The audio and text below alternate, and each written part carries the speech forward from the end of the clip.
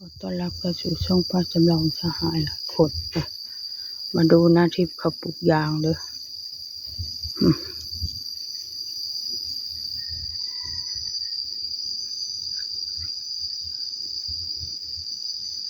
ฝนตกบ่แห้งกระดอวานนี้นะแห้งอยู่บ่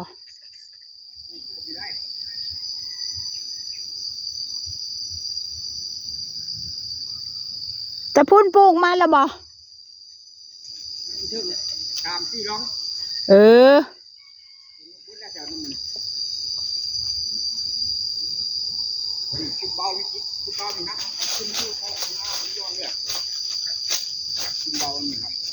เมามันบ่เรียบร้อยเลยบ่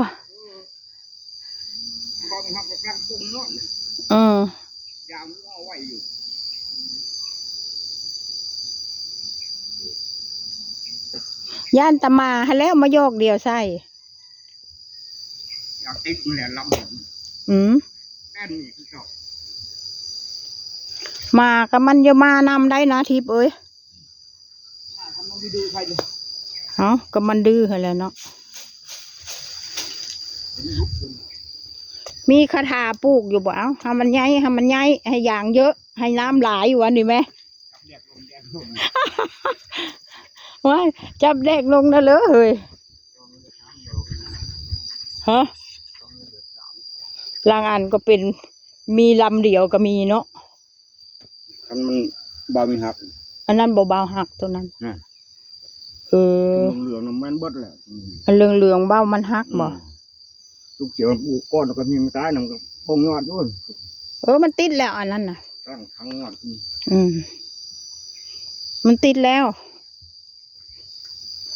อาวันเพิ่นเฮ็ดจังเสียหญ้าบ่นะปูยางเพิ่นก็มาปลูกนำเนาะแม่ระบบของเราชื่อเราของเราลอกเราโอ้แต่พูดน่ะบ่แล้วเอาอีเตื้อยมาปลูกนำปลูกผู้เดียวจับไปปลูกผู้เดียวก็ค่อยปลูกไปหั่นแหละก็มันใกล้สิก็มันใกล้สิเบิดแล้วบ่แม่นบ่ฮะแน่กับเบิดหันก็เรียบร้อยล่ะโอเคล่ะโอ้ยดูสาวลาดนั่นแหละสาวลาดก็จะได้จะปลูกไว้ให้ไผ่แล้วไผ่จะกรีดก็กรีดแล้วปลูกแล้ว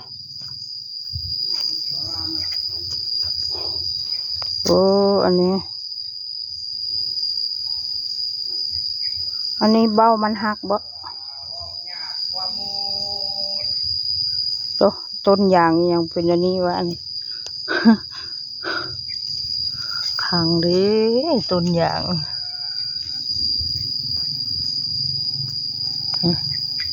เป็นผู้ใดวะนะเอาเห็นผู้ลือก็เล่นไปเอาเล่นไป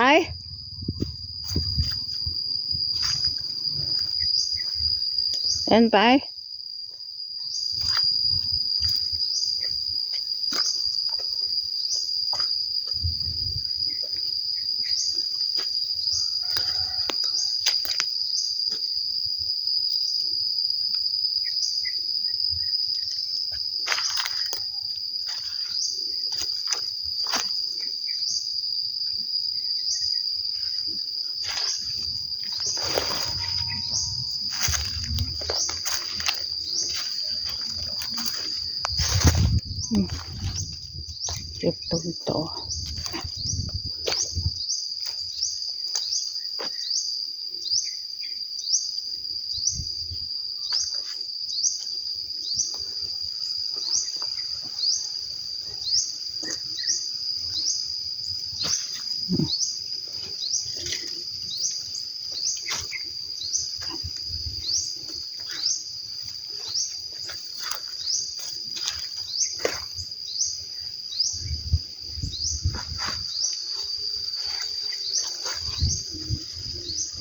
เอาให้ออก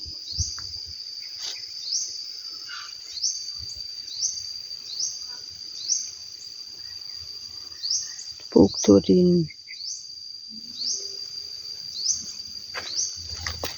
โอ้แดด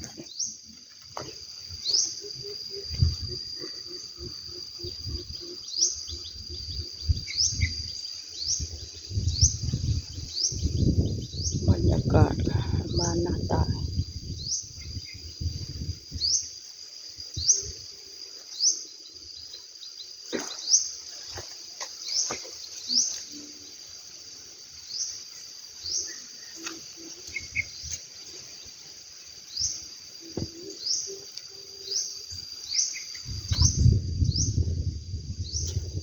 ใช่ปะ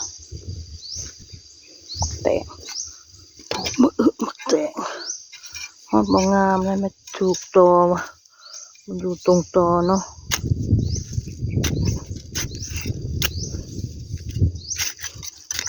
อยู่ตรงตอมักแต่งหญ้านี่เยอะหญ้ากระดุมนี่ต้นฉีซิ่วในหญ้ากระดุมนะบ่แพะเลยหญ้ากระดุม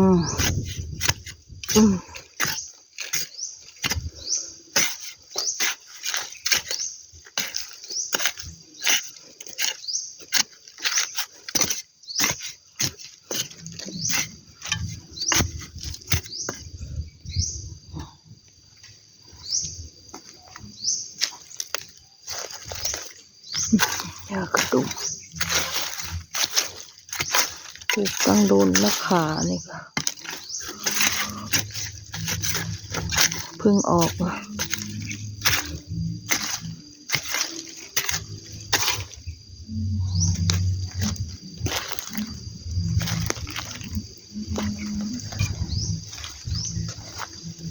ที่ย้ายต้นขาไปทางไหนบุญปลูกยางปลูกต้นยางกับบุเบิ้งนอกขาเลยว่าเขาปลูกขาหรืออะไรขุดมั่วใช่ไหมคนบ่เป็นเนาะ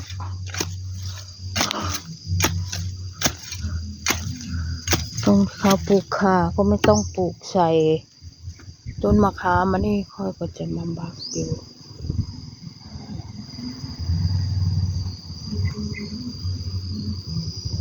ยังเลย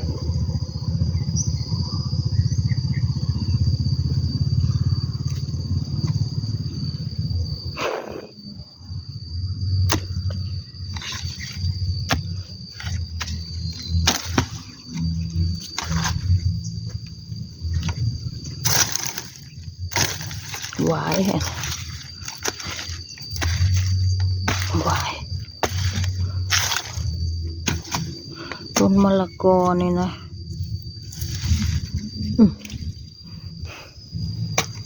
ยายปลูกมันโตแล้วค่อยแยกออกมะละกอหวานนะมันโตค่อยละแยกออกไปปลูกให้ผลตกกลิ่นก่อนมีผลยังบ่ตกกลิ่นนะมันก็ยากอยู่ได้ฝนยังบ่ตกดิน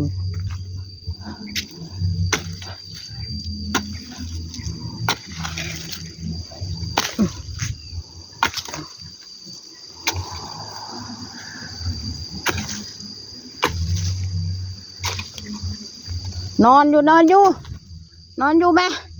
เบิ้งไปหาเฮ็ดหันเฮ็ดนี่เด้อนอนลง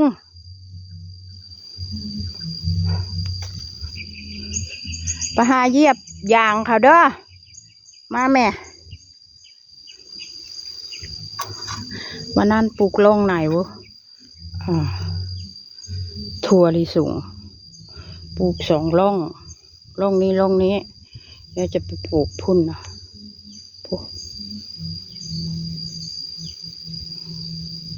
มันเกิดหรือยังก็บ่ฮู้ดอก